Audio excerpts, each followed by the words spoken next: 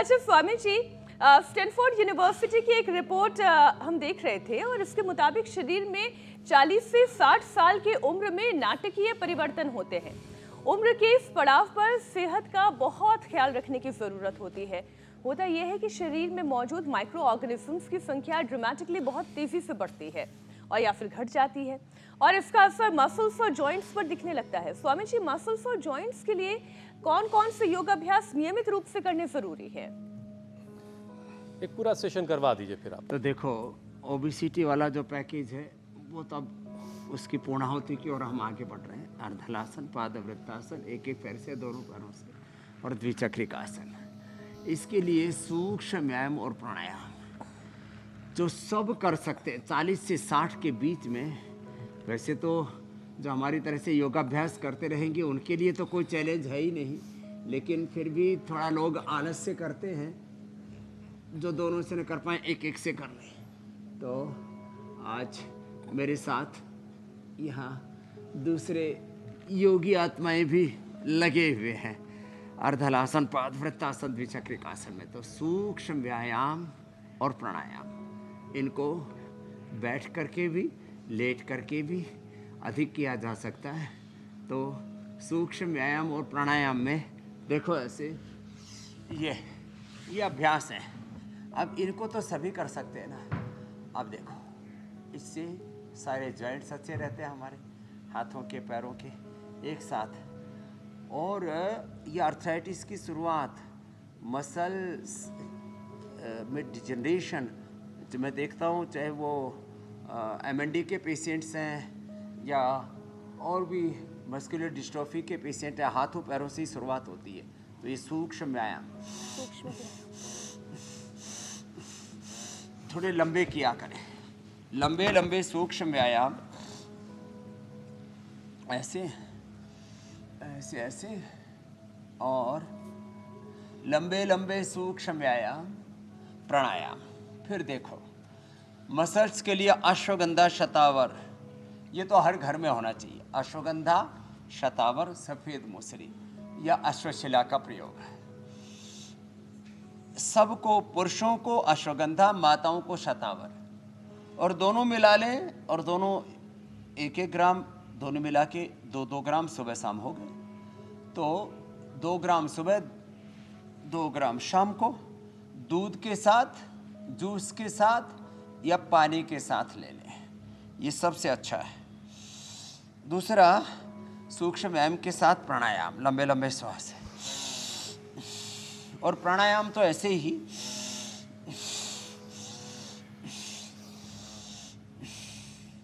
प्राणायाम लंबे श्वास लिए, लंबे श्वास छोड़ दिए।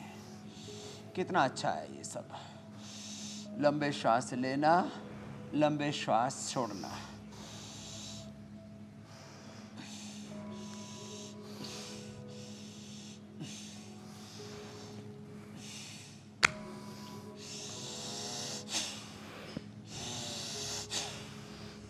लंबे श्वास लेने छोड़ने से, कपालभाति, अनुलोम विलोम से हमारे सूक्ष्मतम जो शरीर के घटक हैं, RNA, DNA, प्रोटीन्स, फास्फोराइलेशन, हमारे पूरा का पूरा बॉडी का एनाबॉलिज्म, कैटाबॉलिज्म, मेटाबॉलिज्म, बॉडी का पूरा एपोप्टोसिस, ऑटोफेजी, माइटोफेजी, माने शरीर के सूक्ष्म कोशिकाओं से लेकर के और उनसे बने हुए अलग अलग टिश्यू ऑर्गन से लेकर के पूरा तंत्र अच्छा रहेगा।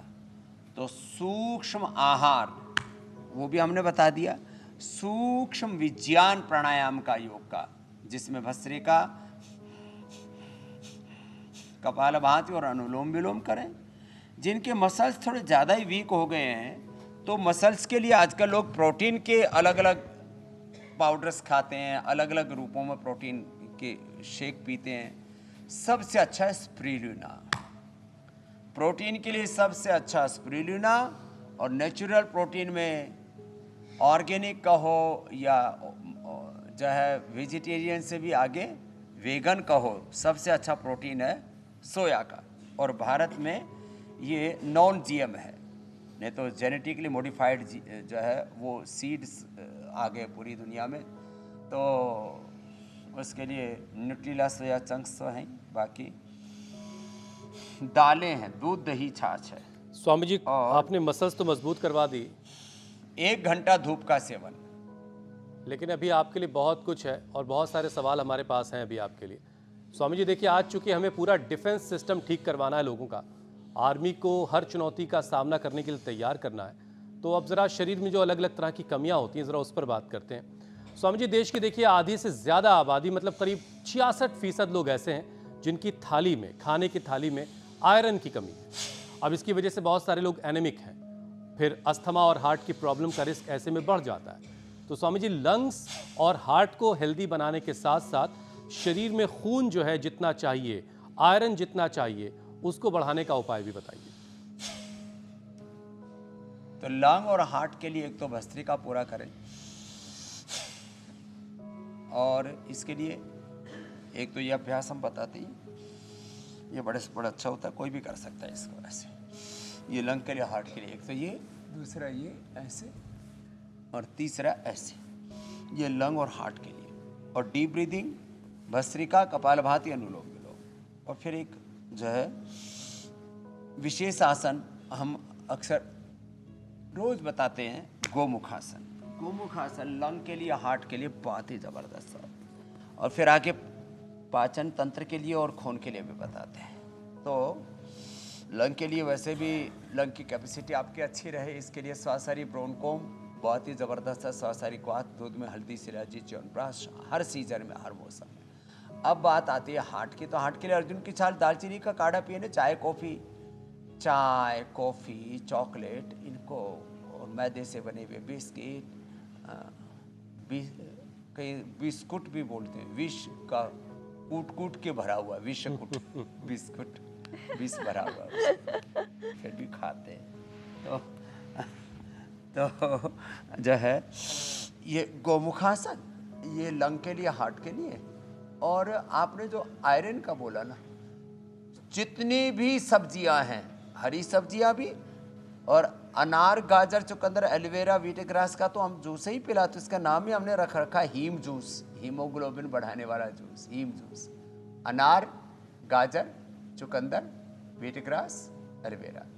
और जिनको उपलब्ध है मुनक्का, अंजीर, खजूर, थोड़ा रात को भिगो दे, नहीं तो गुड़ जिंदाबाद। गुड़ और गन्ना सबसे बढ़िया होता है। फिर देखो ये मंडूक आसन, मंडूक आसन तो सबको करना चाहिए, ये बहुत ही अच्छा है पाचन के लिए। मेरा हीमोग्लोबिन पिछले 30 सालों से, उससे पहले चेक नहीं किया भाई, 17.5। कितना? 17.5। मैक्सिमम स्वामी जी कितना हो सकता है? मैक्सिमम 18 से ऊपर फिर बीमारी की श्रेणी में आ जाता है।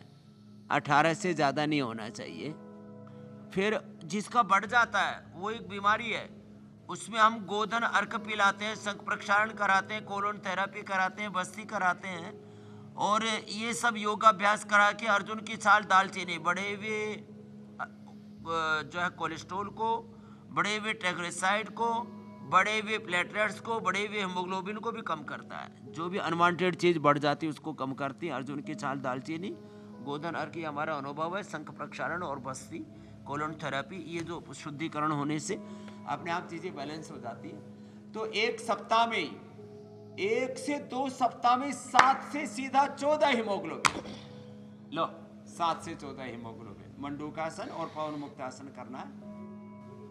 और हरी शाक सब्जियां ज़्यादा खानी है, शाक भाजी, और उसमें भी पालक, बथुआ, चौलाई, ये इतनी अच्छी अच्छी चीजें प्रकृति ने स्वामी जी बना अच्छा, रखी इसमें हैं। एक चीज़ ये भी बताइए, और व्यक्ति जो है, आप अक्सर कहते हैं कि जिनकी पॉकेट अलाउ करे, यानी भारी भरकम पॉकेट वाले लोग, और जिनके पॉकेट नहीं होती है, वो दोनों लोग जो हैं सोने चांदी के बर्तनों में खा सकते हैं, उससे फ़ायदा मिलता है। तो क्या लोहे की, जब आयरन की कमी हो रही, तो लोहे के बर्तनों का अगर इस्तेमाल किया जाए तो आयरन की कमी दूर हो सकती है? पहले वैसे कढ़ाइयाँ इस्तेमाल होती तो थी साग बनाने के लिए लोहे लोहे की की। कढ़ाई तो इसमें सबसे बहुत अच्छी है। जी जी, लोहे की कढ़ाई पहले हर घर में हुआ ही करती थी, आजकल हर घर में लोहे की कढ़ाई की जगह उसको साफ करना पड़ता है, थोड़ा मेहनत लगती है उसमें। स्टील वाली कढ़ाई आ गई, और स्टील वाली कढ़ाई और सारी चीज़ें पहले तवा किसका होता था? लोहे का। लोहे का या मिट्टी का। और आजकल वो तवा भी किसका आ गया? स्टील का। और वो कौन सी स्टील होती है जिसमें लगता नहीं है नीचे? Non stick. नॉन स्टिक है ये रहा। हाँ। अब इन चक्करों में हम अपनी परंपरागत चीजों को भूल गए। तो लोहे वाली कढ़ाई, लोहे वाला कड़छा बड़ा जबरदस्त होता है। अभी भी दक्षिण भारत में, उत्तर भारत में भी गाँवों के अंदर जो बड़ी दावत होती है तो लोहे की कढ़ाई में सब चीज़ों को पकाते हैं। और उसमें पकी हुई दाल, उसमें पकी हुई साग सब्जियों का स्वाद भी अच्छा होता है। और सच में उससे आयरन की पूर्ति होती है और सूक्ष्म रूप में आता है वो। हाँ? सोना चांदी, एक बार मैंने क्या किया, 2-3 साल तक लगातार चांदी के बर्तन में पानी पीना शुरू कर दिया। अब उसमें तो कुछ उबाला भी नहीं, कुछ भी नहीं किया। हुसैन भाई, मेरे शरीर में चांदी करीब 5 गुना बढ़ गई। वो जो है जब ब्लड टेस्ट कराया तो उसके बाद मैंने वो चांदी का बर्तन किसी को दान दे दिया। तो इससे फायदा क्या हुआ स्वामी जी? तो चांदी की मात्रा बढ़ने बर्तन में रखने मात्र से जी। चांदी और सोने से शरीर को क्या फायदा होता है? चांदी और सोना ये भी हमारी इम्यूनिटी को बढ़ाते हैं। चांदी को से शुद्धता तो मिलती है। चांदी का पात्र सबसे ज़्यादा शुद्ध माना जाता है, इसलिए पूजा में हमारे यहाँ चांदी के पात्र यूज किए जाते हैं।